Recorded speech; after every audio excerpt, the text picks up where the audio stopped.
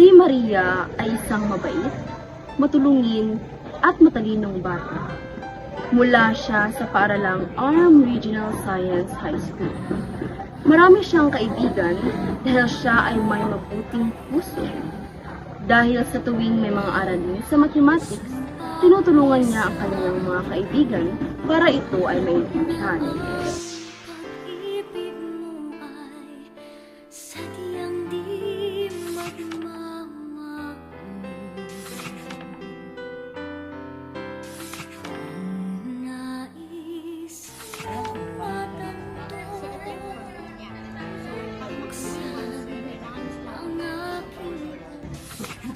Si Peter naman ay mabait.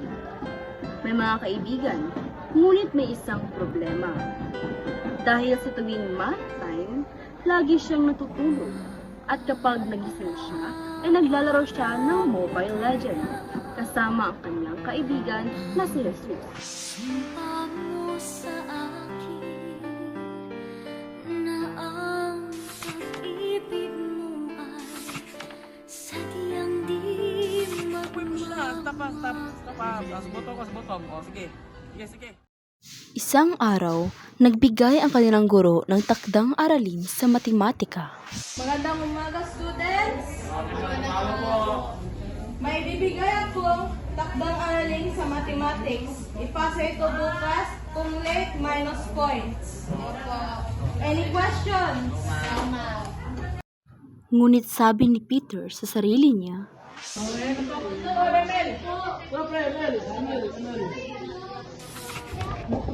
Paano na to? may bumabagabag sa isipan ni Peter kung paano niya sasagutan ang takdang aralin. Mopya na lang tayo kay Maria. Mukhang magaling siya sa math. Ano ka ba, Peter? Magpursige ka sa pag-aaral mo para matuto ka. Peter ay nag-iisip kung ano ang kanyang gagawin. May binabalak siya na bibigyan niya ng pagkain si Maria para makopya siya.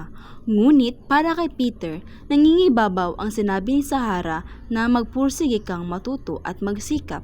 Kaya napagdesisyon ni Peter na ang pagkain na ibibigay niya para kay Maria ay ibigay na lamang, hindi para kopyahin ang takdang aralin, kundi magpatulong siya kung paano sagutan ang kanyang takdang aralin. Magandang umaga, Maria. Pwede ba akong patulong sa gawain nito? Alam kong walang kulit ang pagbibigay ng tulong, ngunit hindi nang galing sa iyo kay aking tatanda. You are the only exception. You are Nakuha siya kasi 24, ni transpose sa 3, tapos magiging answer is 21, kasi may 9 kasi magiging na yung Tapos 21, 20 divided by 7 is possible.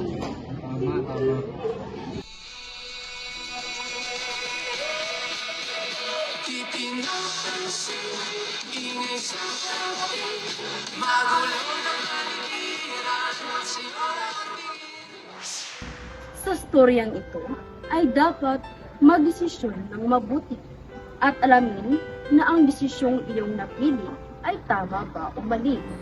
Ako si Charot. Magandang umaga.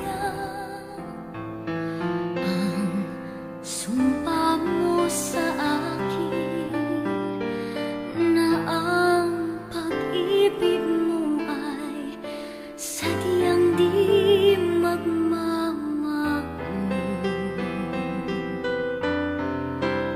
Kung nais mong matanto,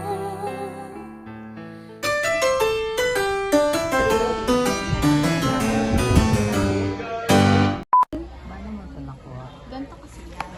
So, kailangan ng ating dalawa. Tapos, yung sagot nun, yun yung sagot ng lahat. Zahin, paano to Zahin? Maria! Eh, Maria! Magandang umaga, Maria. Pwede ba akong patulong sa paano na ang solusyon nito?